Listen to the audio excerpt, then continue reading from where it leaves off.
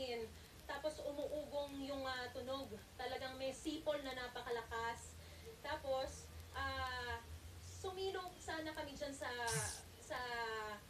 hotel na yan para dyan kami magstay, makisilong, at kumuha rin ng mga footage. Ang problema, nung papasok na sana, sobrang bumuhos na yung napakalakas na ulan tsaka yung napakalakas na hangin, kaya medyo natakot na kaming bumaba.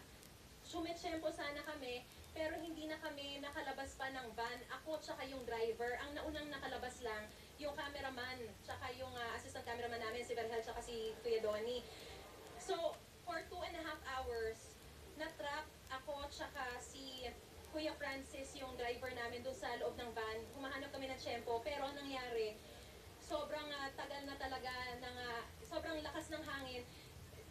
Kumbaga, pinangay niya yung yero sa katabing gusali.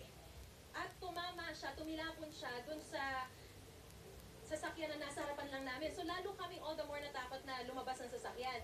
Pero nakita nyo, nabasag na yung salamin ng sasakyan namin dahil tumilapon sa amin yung tricycle sa tabi. Ngayon, itong nakikita po ninyo, yan po, nung na-rescue na kami sa loob ng van after almost 3 hours, yan po yung itsura ng hotel. Konkreto po yan, 5-story building po yan. Matibay, nilagyan na po ng mga kahoy na foundation yung salamin. Pero nakapasok pa rin yung napakalakas na hangin. Nabasag po yung glass door na yan sa may 3rd floor, pati yung mga glass windows doon sa 5th floor sa may function room.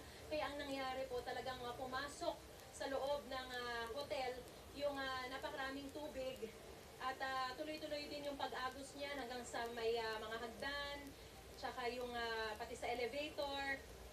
Yung mga tao po ay kahit na hindi po sila nakabook, sumilong na rin dyan. Kaya nagkasya po sila sa mga hallway. At yan po yung tulong-tulong na paglilimas na ng tubig, no? Pero nung mga oras po na yan, tuloy-tuloy pa rin yung napakalakas na ulan at hangin. Kaya talagang, nung tinatanong natin yung mga residente rito, sinabi nila na naranasan din nila yung bagyong Yolanda, pero kumbaga mas malakas pa raw ito ng Bihama in terms of yung hangin tsaka yung tagal niya, yun yung nagpa-worsen ng situation. Yung Yolanda kasi, kumbaga parang mga 2 hours, napakalakas daw, tapos parang lumipas agad. Pero dito sa sitwasyon kagabi, imagine niyo bandang 8:30 ng gabi, humubuhos na yung napakalakas na ulan, hanggang kaninang 6:30 ng umaga, talagang sumisipol pa rin yung napakalakas na ugong ng hangin. Pero medyo humina na, kaya nag-decide na kami ng team para makapunta dito sa Kapitolyo. Pumunta na rin kami, sinuong namin yung binahang mga lugar na yan. Marami po tayo nakita yung labis na pinsala na idinulot nitong bagyong Ruby.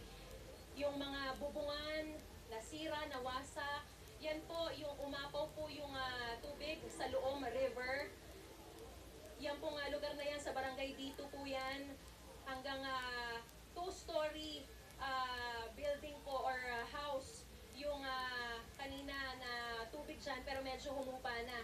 Ayan po, nakikita nyo, pati yung mga basketball court, yung poste, napakaraming sanga ng puno, tsaka mga signage, lahat tumilapon, nawasak, napunta na sa mga kalsada. May mga reports po, pero kailangan pa nating i-confirm, dahil may mga nawasak din pong mga bahay daw sa isang barangay. Ayan yung tricycle na tumilapon, kaya nabasag po yung salamin ng van namin. At yan ang mga yero ng bubungan ng gusali sa tabi namin.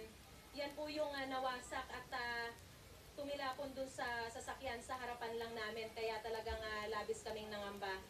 Kinailangan namin pumarada doon kasi sa sobrang lakas ng hangin, kailangan namin gumilid sa isang stable, concrete na establishment para harangan niya yung napakalakas na hangin.